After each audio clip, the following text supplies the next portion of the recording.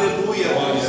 Aleluia. Eu sei que tem uma palavra. Aleluia. O Espírito Santo que vai estar no controle. Quero primeiramente, então, para iniciar, dividir duas passagens com os irmãos que se encontram em Mateus. Uma é em Mateus 8. São duas passagens bem conhecidas e bem parecidas. Mateus 8, 23.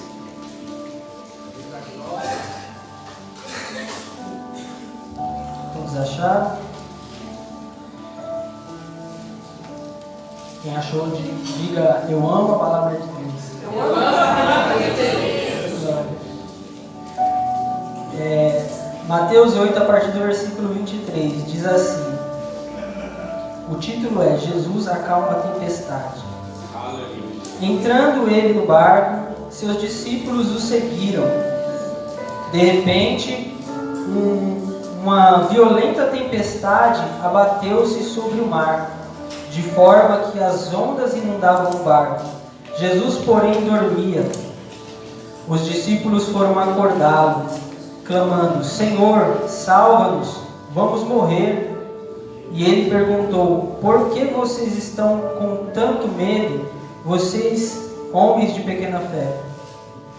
Então ele se levantou e repreendeu os ventos e o mar, e ele se fez completa bonança. Só até aí. E vamos ler também em Mateus, alguns capítulos para frente, capítulo 14.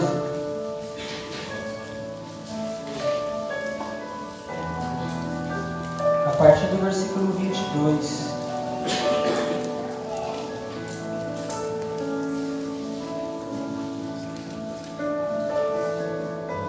O título é: Jesus anda por cima do mar. E logo ordenou Jesus que os seus discípulos entrassem no barco e fosse adiante para outra banda, enquanto despedia a multidão.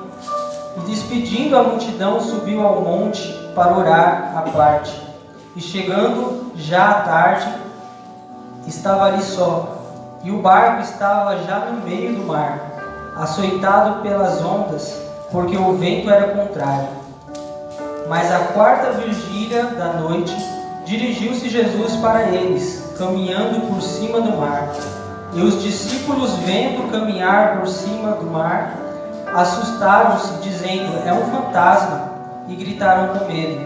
Jesus, porém, lhes falou logo, dizendo: tende bom ânimo, sou eu, não temas. E respondeu Pedro e disse: Senhor, se é tu, manda-me ir ter contigo por cima das águas. E ele disse: vem. E Pedro, descendo do barco, andou sobre as águas para ir ter com Jesus. Mas, sentindo o vento forte, teve medo, e começando a ir para o fundo, clamou, dizendo: Senhor, salva-me. E logo Jesus, estendendo a mão, segurou e disse: Homem de pequena fé, por que duvidaste? E quando subiram no barco, acalmou-se o vento. Amém? Meu Deus. São duas passagens bem conhecidas e bem parecidas. Às vezes, quando a gente prega, às vezes até se confunde, mistura as duas, pega um evento de uma, junta com a outra. E Deus me deu esse texto a meditar, falando acerca um pouco daquilo que foi dito no culto da quinta, né? Sobre aprender a descansar e a confiar no Senhor. Nós vemos aqui, dentro desses dois eventos, que há ali dois momentos de tribulação, dois momentos de aflição, dois momentos de tempestade, onde há vento, há o mar, onde há pescadores que estão acostumados a pescar, que estão acostumados com o mar, com o vento, e que se assustaram com a violência, né, daquela tempestade no primeiro texto, no capítulo 8.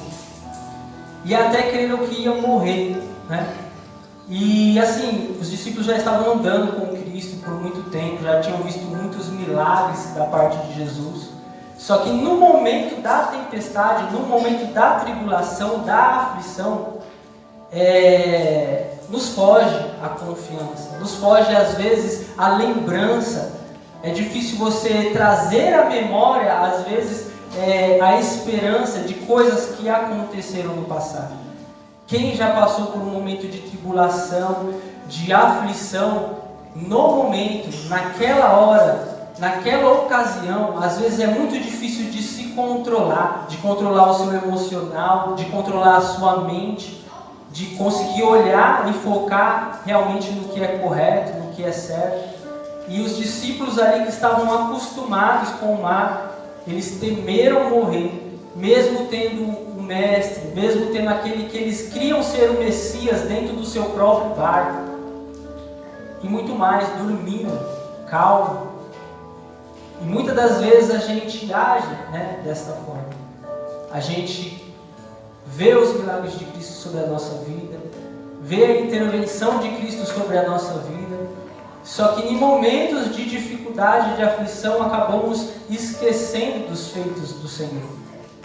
Acabamos nos deixando levar pelas emoções, pela aflição da alma, do espírito, do coração. E quando focamos no que está do lado de fora, ao nosso redor, nas circunstâncias, trazemos isso para dentro de nós. E o mesmo que aconteceu com os discípulos no primeiro evento, aconteceu com Pedro no segundo evento. Ele acabou de sair da multiplicação de pão no capítulo 14. Ele estava incentivado, a sua fé estava aguçada. Ele tinha acabado de ver milagre da parte de Jesus. E Jesus pegou os discípulos e falou: entra no barco e vai. Eles receberam uma ordem daquele a qual, nesse primeiro evento, foi poderoso para falar: acalma-te, tempestade, acalma-te, mar. Eles viram qual era o poder da palavra de Jesus. Eles se maravilharam ao ver: quem é esse que dá ordem até o mar e a tempestade, e essa obedece? E ali nesse segundo evento, todos os discípulos, animados pela multiplicação de pão, com a fé aguçada, eles receberam essa ordem: entra no barco e vai. Foi o próprio Jesus que mandou eles ir. Foi o próprio Jesus que deu a ordem para eles ir. E eles foram. E Pedro, lá no meio do mar, quando já passado um bom período, Jesus vai andando sobre as águas, e Pedro vê ele, e ele fala que é ele. E então Pedro fala: se é tu, manda eu ir até ti. Eu acredito que Pedro só fez isso pelos milagres que ele tinha acabado de ver, porque a sua fé realmente estava incentivada.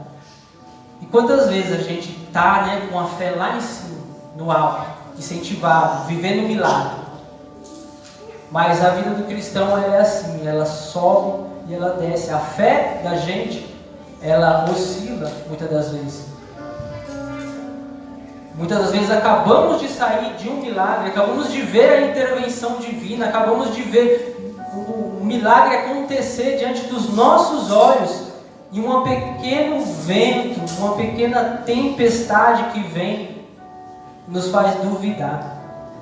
O mesmo que deu a palavra vai para o meio do mar, é aquele que ele perguntou: Senhor, se é tu, manda eu ir até o Senhor. E pela palavra dele, porque ele falou vem, então Pedro desceu do barco e caminhou na direção dele. Mas Pedro, ele não somente andou por cima das águas. É interessante, a gente sempre fala, Jesus estava andando por cima das águas e Pedro andou também sobre as águas. Mas observando essa palavra, eu vejo que Pedro não andou por cima das águas, ele andou sobre a palavra de Jesus, sobre a ordem do Mestre. Ele não andou por cima de águas, ele andou porque o Mestre falou vem. Então ele estava andando por cima da palavra do Senhor. E é sobre essa palavra que a gente deve andar no momento das aflições e da tempestade. Aleluia. Por quê? Porque se olharmos para a circunstância, olharmos para a dificuldade, não funciona. Pedro olhou para o vento, ele reparou que o vento estava batendo e começou a afundar, ele olhou para a água e começou a afundar. Se ele estivesse andando sobre a palavra do Senhor, continuasse andando sobre a palavra do Senhor, ele não tinha afundado. O que eu quero dizer? É que quando o Senhor, Ele fala, Ele cumpre. Quando o Senhor, Ele dá uma ordem, nós podemos confiar. O que não podemos fazer é tirar os olhos, tirar a atenção, tirar da nossa mente a ordem que foi dada para Ele. E olhar para a circunstância em volta. Não ande pelas circunstâncias. Não ande apenas sobre as águas, mas ande pela determinação de Deus sobre a sua vida. O Senhor, Ele é o próprio Verbo vivo, Ele é a própria palavra de Deus. Fala que o Verbo se fez carne e habitou entre os homens. Então, em Cristo temos o exemplo de como devemos obedecer os mandamentos de Deus. Antigamente, os israelitas tinham os mandamentos escritos.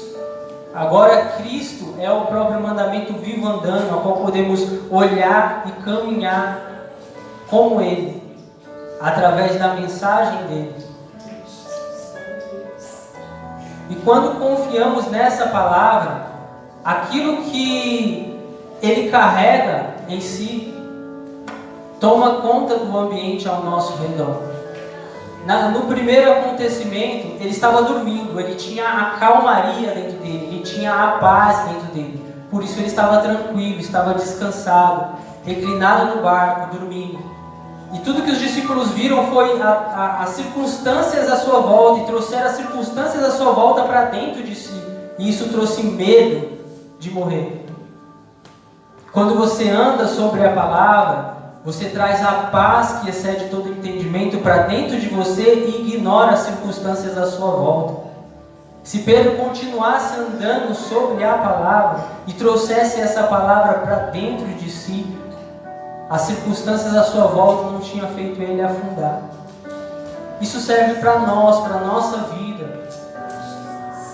Não importa a tribulação, a dificuldade, as circunstâncias que nos rodeiam, se olharmos para a circunstância, pode ter certeza, nós vamos tropeçar, nós vamos afundar, nós vamos falhar. Mas há uma palavra determinada de Deus para mim e para a sua vida. Glória a Deus, aleluia. Em Jeremias 29:11 diz: Eu bem sei os pensamentos que tenho a vosso respeito, pensamentos de paz e não de mal, para vos dar um futuro e uma esperança. O salmista Davi, no Salmo 139, ele fala que todos os seus dias estavam já descritos e determinados pelo Senhor antes mesmo que ele existisse. O Senhor escreveu a sua história. O Senhor, Ele tem um plano melhor para a sua vida. E diante das circunstâncias que virão no caminho, dos percalços, das lutas, das dificuldades que virão, firme-se na palavra. Ande sobre essa palavra. Faça dela a estrada pela qual você vai caminhar, e não olhe para as circunstâncias à sua volta. Traz esse verbo vivo, essa palavra viva para dentro de você, para que a calmaria que há dentro dele possa confortar e acalmar o seu coração no momento da dificuldade. Quando ele se levantou e determinou: cala-te tempestade, calma, cala-te vento, o que estava dentro dele saiu para fora e mudou o ambiente ao seu redor. Traga essa palavra para dentro, que não vai ter tempestade que vai te preocupar. Você vai estar tranquilo com Jesus dormindo no barco. Você não vai ter o temor do seu barco afundar. Então o segredo de você passar pelas dificuldades, o segredo de você despreocupar, descansar no Senhor e confiar, é você não olhar para as circunstâncias. É você não olhar para a dificuldade, não olhar para o que está acontecendo ao seu redor, mas olhe para as promessas de Deus. A palavra de Deus diz que todas quantas são as promessas da palavra dele, em Cristo, Nós temos o sim e temos o amém. Isso quer dizer a confirmação de que certamente acontecerá sobre a nossa vida. Então essa palavra ela tem promessas sobre a mim e sobre a sua vida. A história qual ele escreveu para mim e para você tem lutas, tem dificuldades no meio dessa história. No mundo passareis por aflições? Sim. Mas a palavra dele já está determinada sobre mim e sobre você. O final é de paz, é um bom futuro, é uma esperança eterna que eu tenho para mim e para você. Então não deixe as circunstâncias inundar o seu interior, trazer medo para você. Mas traga essa palavra, guarde no coração para não pecar contra o Senhor. Use ela como lâmpada para os seus pés, como luz para os seus caminhos. Deixe ela ser a espada que vai penetrar o íntimo do seu coração, a sua alma, o seu espírito, discernir os seus pensamentos, dar a direção, dar o caminho correto ao qual você deve andar, a atitude correta a qual você deve tomar em cada situação. É esta palavra o caminho a qual nos faz caminhar seguro, a qual nos traz solução no momento da dificuldade, a qual nos dá sabedoria para agir no momento do confronto. Então traga essa calmaria da palavra do Senhor para dentro de ti. Mantenha os olhos fixos em Jesus.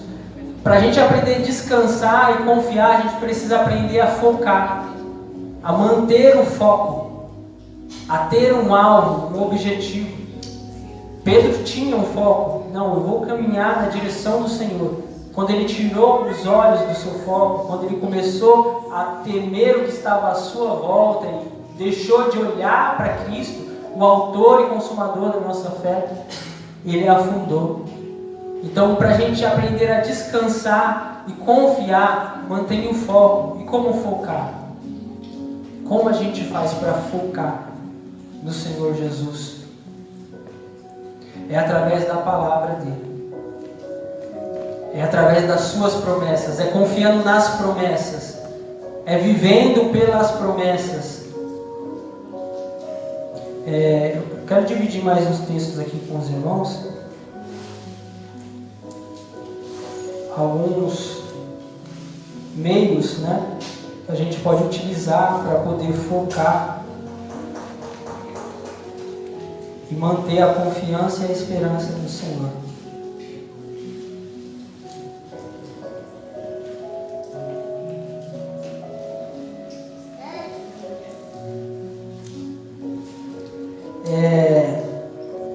O texto que se encontra em 1 João, não precisa abrir não, irmão, só se quiser anotar.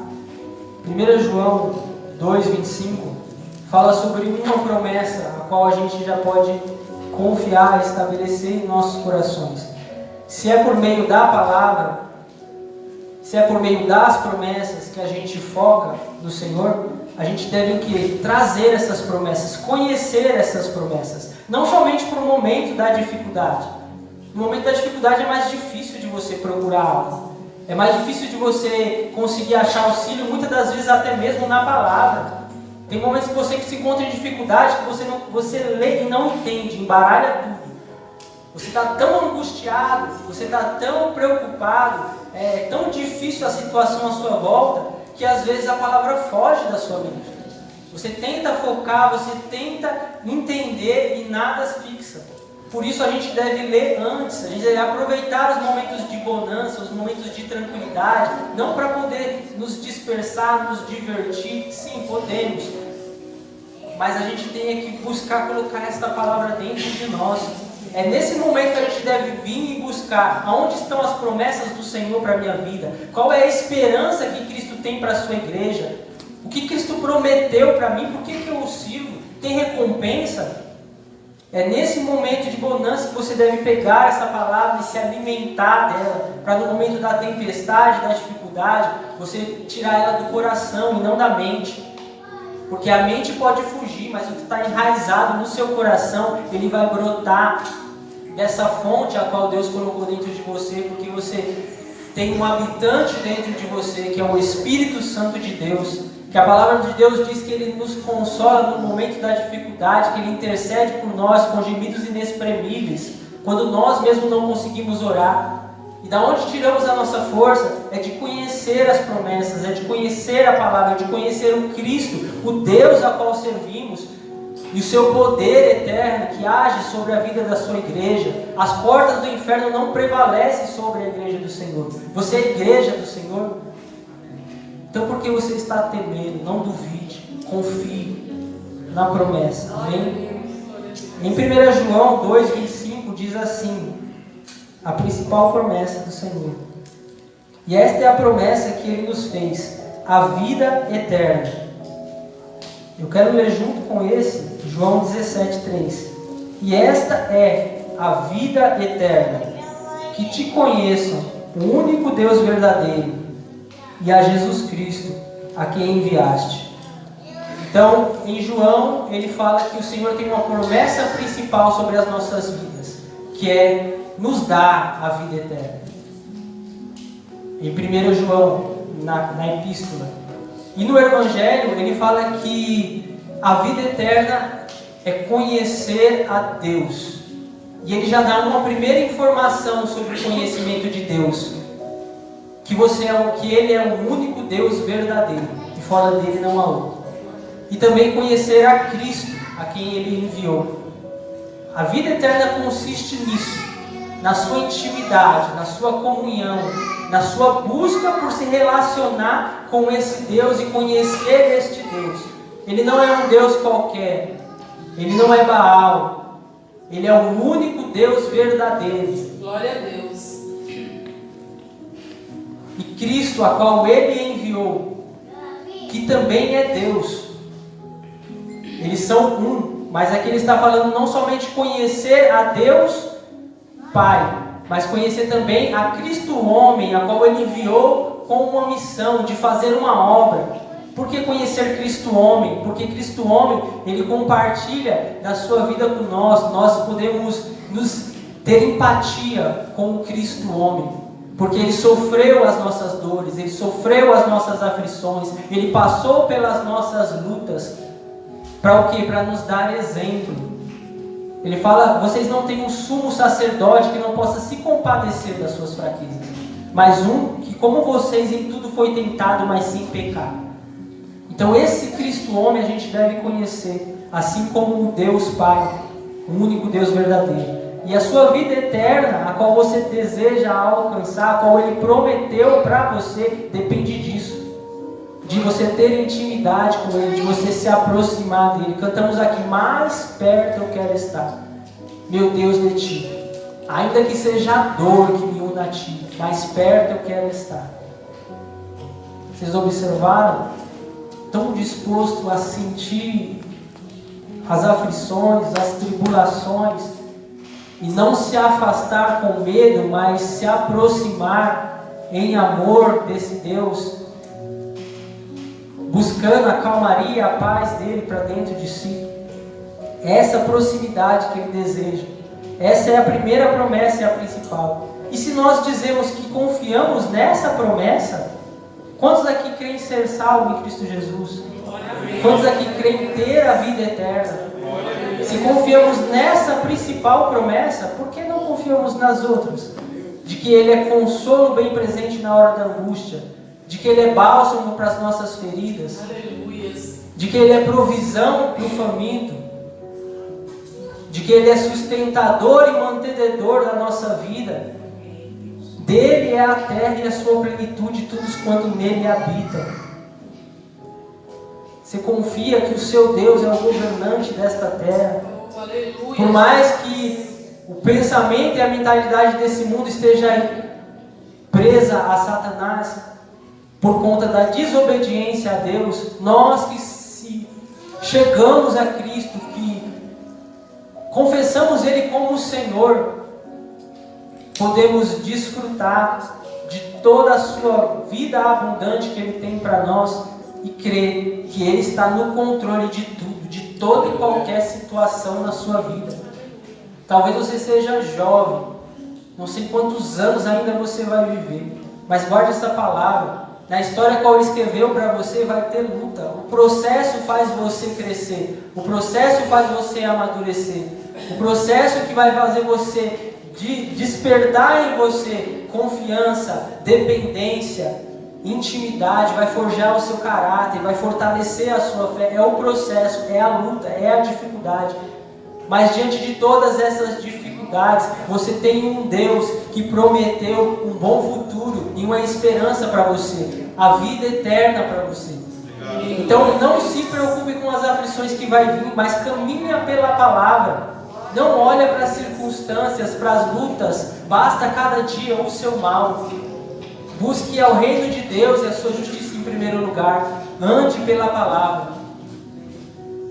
Não ande pelas circunstâncias, não ande pelas suas emoções, não confie no seu coração.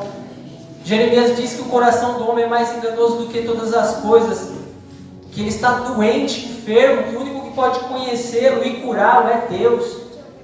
Não confie no seu coração, confie na palavra, porque o nosso coração nos trai, as nossas emoções nos traem, às vezes informações que recebemos, filosofia, ciências, outras coisas externas que não saiam dessa fonte, pode acabar nos enganando e nos traindo. Mas essa é a estrada segura para que a gente possa ignorar toda falsa mentalidade e mentira de Satanás que ele tenta implantar na nossa mente. Todo sentimento de medo, todo sentimento ao contrário, todo sentimento que vem no momento da tribulação. É só por meio desta palavra e desse caminho que a gente vai conseguir triunfar, prosseguir na carreira a qual Ele nos chamou. Teria mais aqui, mas eu quero ler só mais um versículo e já encerro. Que se encontra em Hebreus 12.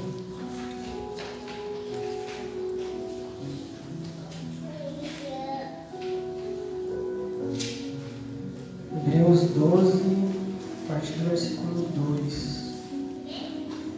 Vou ler do 1. Amém? O título aqui no meu é Deus disciplina seus filhos. Hebreus 12, 1 diz assim: Portanto, também nós, uma vez que estamos rodeados por tão grande nuvem de testemunhas, livremo-nos de tudo o que nos atrapalha e do pecado que nos rodeia, e corramos com perseverança a corrida que nos é proposta, tendo os olhos fitos em Jesus, o autor e consumador da nossa fé. Ele, pela alegria que lhe estava proposta, suportou a cruz, desprezando a vergonha, e assentou-se à direita do trono de Deus. Pense bem, aquele que suportou tal oposição dos pecadores contra si mesmo, para que vocês não se cansem, nem desanimem. Na luta contra o pecado, vocês ainda não resistiram até o ponto de derramar o próprio sangue. Amém?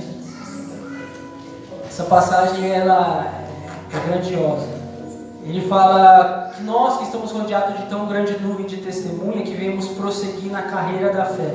Só que o capítulo anterior, o capítulo 11, a galeria da fé, fala de homens que, por meio da fé, fizeram coisas extraordinárias, mas homens que também sofreram coisas horrendas, homens que foram perseguidos pela sua fé, pela palavra, que morreram martirizados, tem homens até cerrados ao meio, né? E a gente vê que todos eles manteram a fé nas promessas de Deus, mesmo em meio à aflição. E aí ele fala que nós servimos de testemunhas para esses homens, né? Que eles tinham pessoas que ali observaram a sua fé e escreveram essas coisas para que nos servisse de testemunho. E hoje nós temos o céu e o inferno diante de nós como testemunha, brigando pela minha e pela sua alma. E ele fala que a gente deve perseverar nessa corrida, que a gente deve não se embaraçar com o pecado que nos rodeia, com as coisas dessa vida, mas simplesmente manter os olhos fitos em Jesus. Aquilo que Pedro não fez, nós devemos fazer. Mantenha os olhos fitos em Jesus. O que é manter os olhos fixos em Jesus? É observar o que ele fez. E aqui ele mesmo, o escritor, ele dá o exemplo. Quando vocês manterem os olhos fixos de Jesus, o que vocês vão ver? Versículo 2: tendo os olhos fitos em Jesus, o autor e consumador da vossa fé.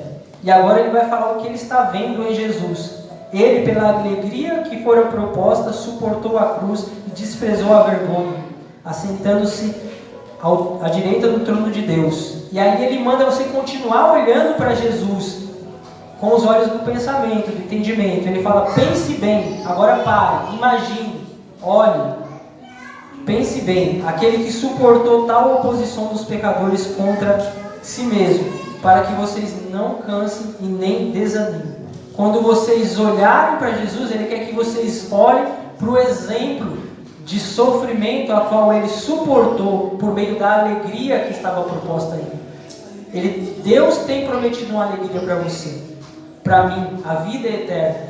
Aleluia. Muitas das vezes a gente vai passar por muitas dificuldades. E o que acontece hoje em dia é um evangelho triunfalista que é pregado, que o crente ele só vive de vitória em vitória, mas não tem provações. E quando chegam as provações e os desertos, as pessoas elas começam a se achar desprezadas por Deus.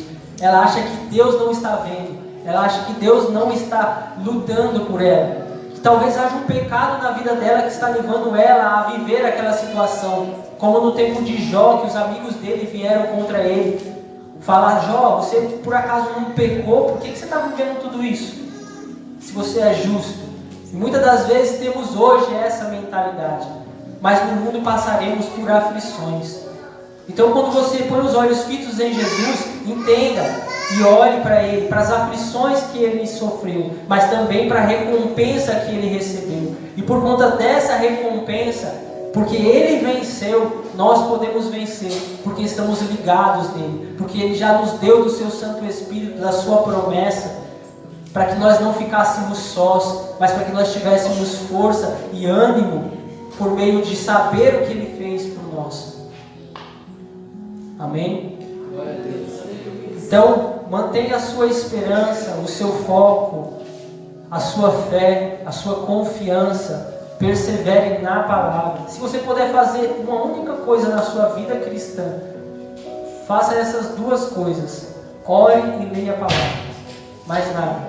O Senhor está menos preocupado com o que você pode fazer do que quem você vai se tornar. Amém?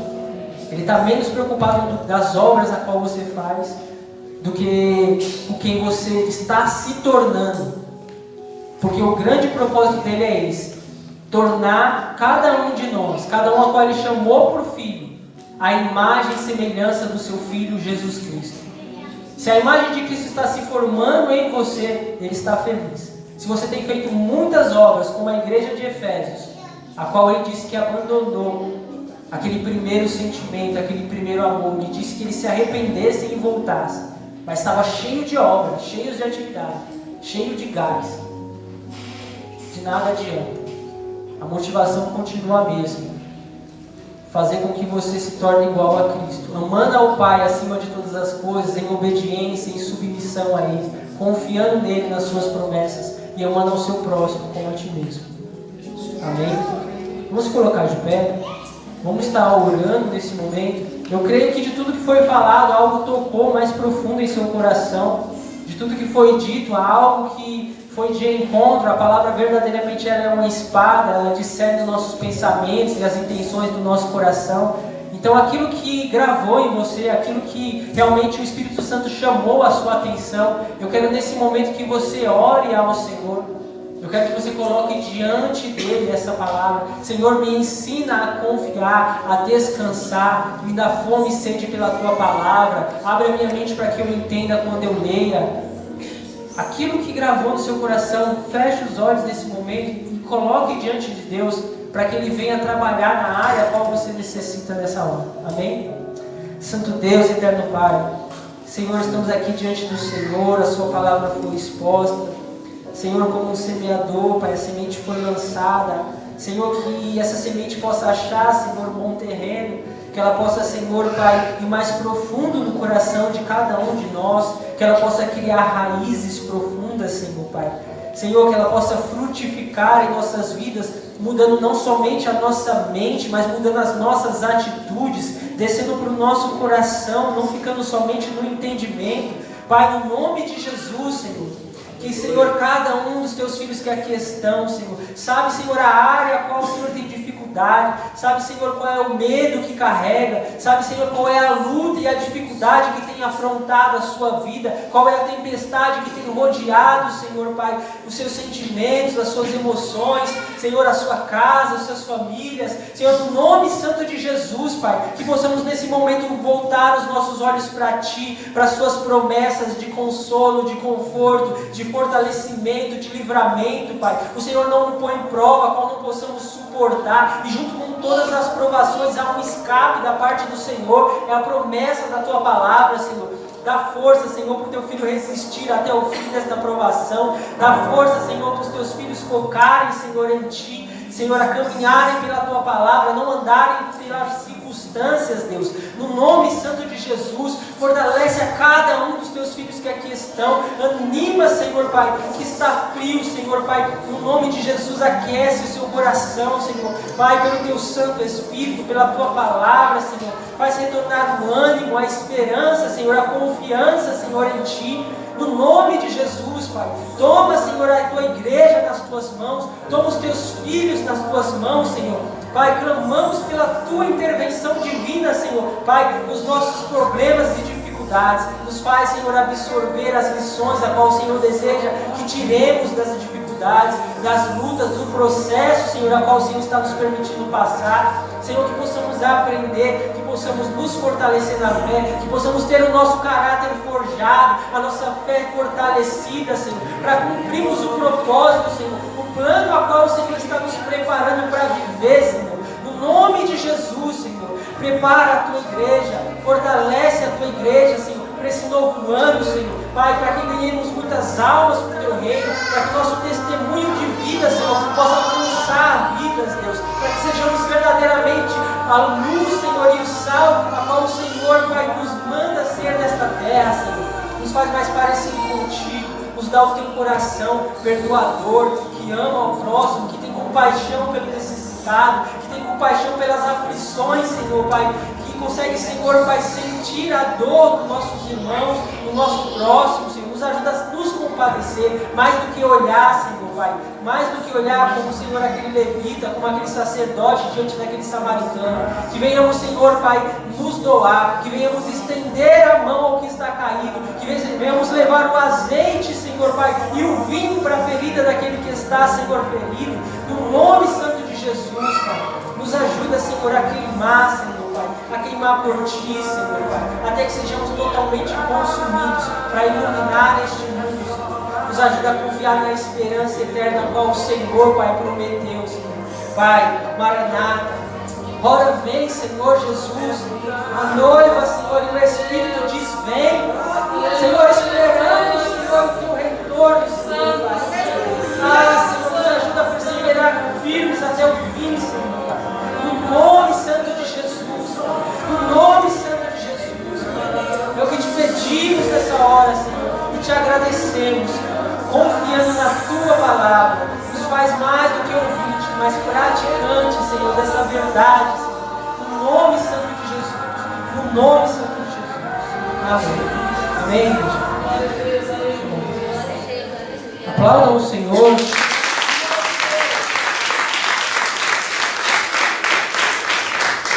Guarde essa palavra no coração. O Senhor continue abençoando a vida de cada um. Amém.